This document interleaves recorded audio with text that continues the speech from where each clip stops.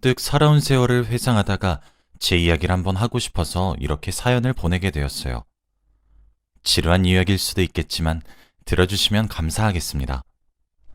제 부모님은 제 또래 친구들의 부모님에 비해 연세가 있으셨습니다.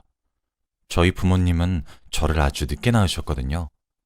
어머니와 아버지 두 분 모두 형태가 없는 사랑보다는 일에 대한 욕심이 많으신 분들이셨습니다. 공부하는 것을 좋아하시고 성취하시는 것에 보람을 느끼시는 것을 좋아하셨어요. 그 때문인지 두 분 다 결혼하는 시기를 놓치셨다가 늦게 결혼을 하셨어요. 결혼을 했을 당시에 어머니는 37살이었고 아버지는 40살이셨죠. 지금 같은 세상에서는 저 나이 때에 결혼을 하는 사람들도 많고 인생은 마음부터 이런 말들도 있었지만 어머니와 아버지의 세대에서는 결혼을 정말 늦게 하신 편이라고 하시더라고요. 어머니와 아버지는 공부에 흥미가 많았는데 심지어 잘하기도 하셨습니다. 아버지는 심지어 그 시절에 유학까지 갔다 오시기도 하셨죠. 아버지는 해외에서 일을 하시다가 부모님을 뵙기 위해 한국에 잠시 들어온 적이 한 번 있었다고 해요. 그런데 바로 그때 저희 어머니를 만나게 되신 거죠. 우연한 기회로 어머니를 마주치게 되었는데 바로 그때 첫눈에 반하셨다고 하시더라고요. 운명적인 첫 만남이었던 것이죠. 어머니와 대화를 주고받을수록 호감은 커졌다고 합니다. 그러나 잠시 한국으로 돌아왔던 터라 다시 일을 하기 위해 해외로 나가셔야 했죠. 아버지는 아쉬움이 많이 남아서 어머니와 메일 주소를 교환하고 다시 외국으로 돌아가셨어요. 하지만 외국에서 일을 하면서도 저희 어머니가 그렇게 생각이 났다고 해요. 물론 저희 어머니도 같은 입장이었다고 했습니다. 그렇게 메일을 주고받으며 서로 연락하다가 아버지가 한국에 들어오시면 종종 만나셔서 데이트를 하셨다고 해요. 그렇게 2년 정도 연락하다가 아버지는 안 되겠다 싶으셨고 해외에서 하시던 일을 정리하시고 그대로 한국으로 귀국하셨습니다. 그리고 저희 어머니께 교제를 시작하자 고백함과 동시에 청혼을 하셨다고 해요. 저희 어머니는 자신을 위해 해외에서 하던 일까지 정리한 남자인 아버지의 청혼 또한 기쁘게 받아들이셨고요. 사실 그 시절엔 여자가 사회적으로 어느 정도 명예로운 위치까지 올라가고 성공을 할 확률은 지극히 낮았습니다. 그래서 저희 어머니는 손가락질도 많이 받았어요. 독하다고 말이죠. 그 시절에는 여자가 집안일을, 남자가 바깥일을 하는 것이 올바른 인식이었거든요. 모두가 저희 어머니께 독한 여자라고 손가락질을 했었는데 저희 아버지만 아니었다고 하더라고요. 바로 아버지의 그 점에 어머니는 사랑에 빠지셨다고 했습니다. 남들보다 느끼한 결혼이었지만 제 짝을 만나셨던 두 분은 금슬도 참 좋았어요. 아버지는 한국에서도 곧바로 취직을 하셨죠. 어머니와 아버지 두 분 다 학력도 고학력으로 어디 가서 빠지지 않았거든요. 그래서 두 분의 결혼식은 화려했습니다. 나이가 어느 정도 있기도 했고 두 분 모두 사회적인 위치와 돈 또한 어느 정도 있었기 때문에 말이죠. 결혼을 하시고 난 뒤 얼마 지나지 않아 제가 선물로 두 분을 찾아가게 되었고 난산으로 저를 낳으셨습니다. 그래서 저희 집은 외동딸로 저 하나밖에 없어요. 귀하게 얻었던 아이라 그런지 저는 정말 사랑을 듬뿍 받고 쑥쑥 자랐습니다. 사실 저희 집은 다른 집들에 비해 특이한 점이 하나 있었어요. 바로 거실에 TV가 없다는 점이었죠. 대신 커다란 책상이 하나 있었습니다. 저희 집은 TV를 시청하기보다는 항상 책을 가까이 했어요. 그런 어머니와 아버지의 모습을 보고 자라서 그런지 저도 책을 보는 것이 익숙했고 흥미가 많았죠. 아마 영향을 크게 받은 것 같습니다. 그렇다 보니까 아주 자연스럽게 저도 공부를 하는 행위를 정말 흥미롭게 여길 수 있었고 부모님이 딱히 공부를 하라며 잔소리를 하시지는 않았었는데도 불구하고 제가 알아서 좋은 대학에 들어갔고 좋은 직장에 취직할 수 있었어요. 사실 저는 공부도 참 오랜 시간 동안 했습니다. 저도 공부에 대한 열망과 욕심이 엄청 많았거든요. 사회적으로 성공하신 부모님과 저도 괜찮은 탄탄대로를 밟고 있어서 저희 집안은 참 남들에게 부러움을 사곤 했죠. 그런데 불행은 정말 예기치 못한 곳에서 찾아왔습니다. 어머니께서 난치병이 찾아오게 되었거든요.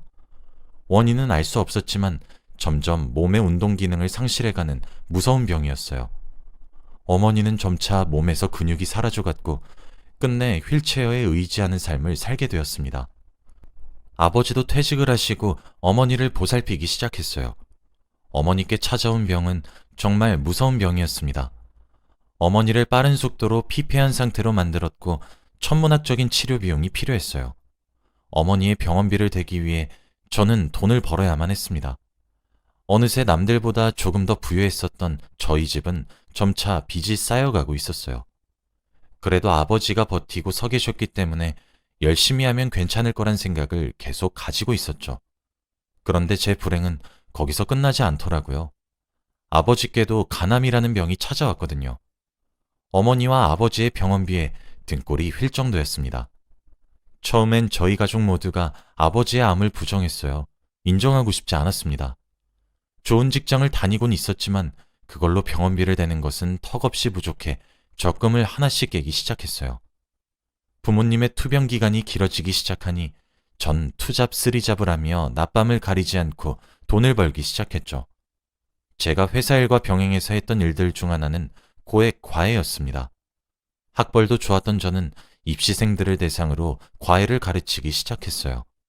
그런데 제가 가르치는 학생들이 하나둘씩 좋은 성적을 거두기 시작하고 의대나 명문대학에 입학을 하기 시작하니 학생들의 학부모들 사이에서 제 소문이 났던 모양이더군요.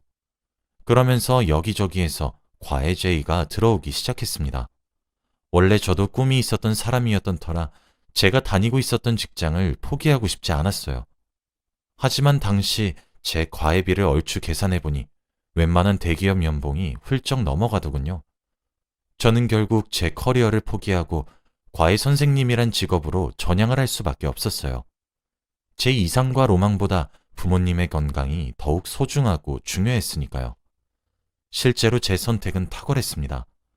부모님 두 분의 천문학적인 병원비를 과외비로 충당할 수 있었습니다. 그 당시에도 몇 명의 남자들을 만났어요. 아버지는 이렇게 살다 자신이 죽는 것 아니겠냐며 그 전에 제 결혼식을 가고 싶다 하셨거든요. 그리고 저도 의지할 만한 곳이 필요하기도 했고요. 하지만 그 시절 만난 3명의 남자친구와는 전부 헤어져야만 했습니다.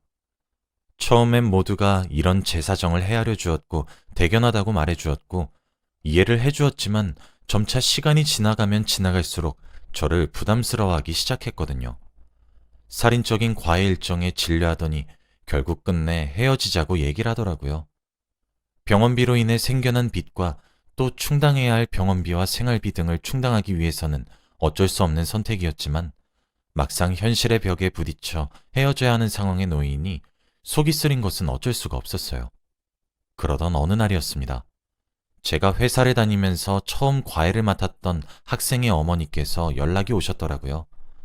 사실 그 집안 어머님의 입김으로 제가 과외 선생님으로 전향을 할 수 있었기 때문에 고마우신 분이기도 합니다. 그리고 그 집의 3남매 모두를 제 손으로 대학을 보냈기 때문에 종종 연락을 하곤 했었고요. 물론 아이들과도 연락을 계속했었죠. 오랜만에 집으로 초대해 식사를 대접하겠다는 말씀에 감사하다고 말하며 방문을 했어요. 오랜만이라며 웃고 즐기며 아이들 얼굴도 보고 그러면서 시간을 보냈죠. 어머님께서는 제게 둘이서 오랜만에 차 한 잔을 마시자고 제안했어요. 그러면서 듣게 되었습니다. 어머님이 제게 선을 보겠냐고 권유하시더라고요. 본인 외가댁 조카 중 한 명인데 저를 소개시켜주고 싶다고 하셨습니다. 그쪽 집안은 장사꾼 집안이라고 했어요. 부모도 그렇고 그 집 자식들 모두가 공부와 거리가 먼 집안인데 며느리로 학벌 좋은 며느리를 원한다고 하더라고요. 그런데 그 말을 듣는 순간 제가 딱 생각이 났다고 합니다. 학벌도 좋고 참한 여자가 하나 있는데 물어봐 주겠다고 하셨대요. 그리고 그게 바로 저였던 거죠. 어머님께서 말씀하시길 대대로 장사를 하고 있었는데 사업이라고 하기엔 규모가 작고 장사라고 하기엔 규모가 크다고 했어요.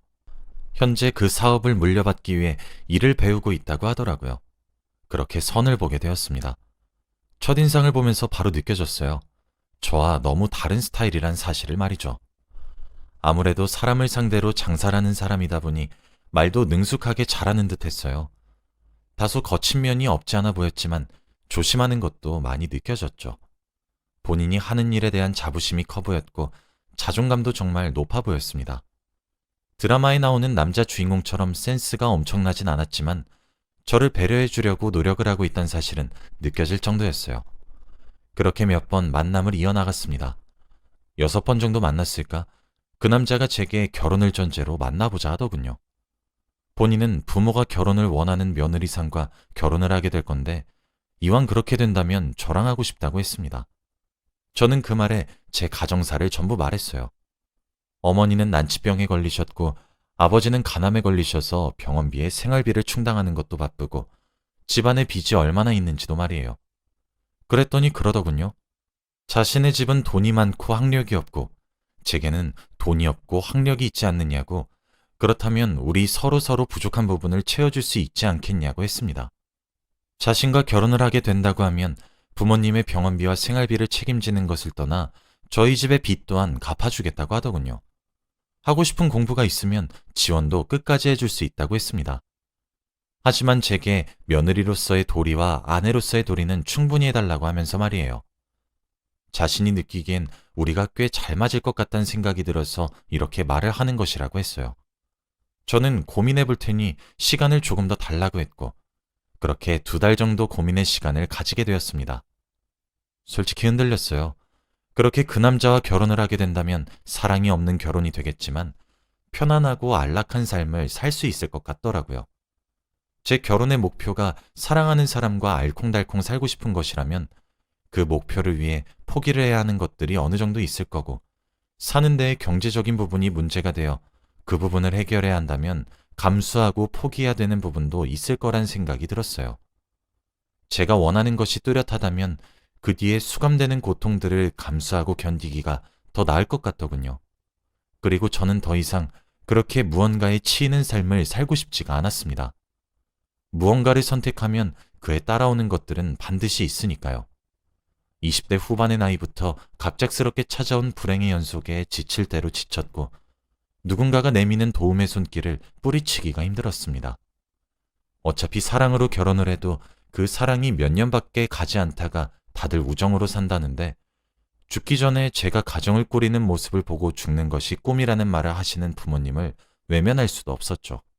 어차피 사랑으로 결혼을 해도 그 사랑이 몇 년밖에 가지 않다가 다들 우정으로 산다는데 우정으로 시작해도 되지 않을까 하는 합리화를 하기 시작했어요.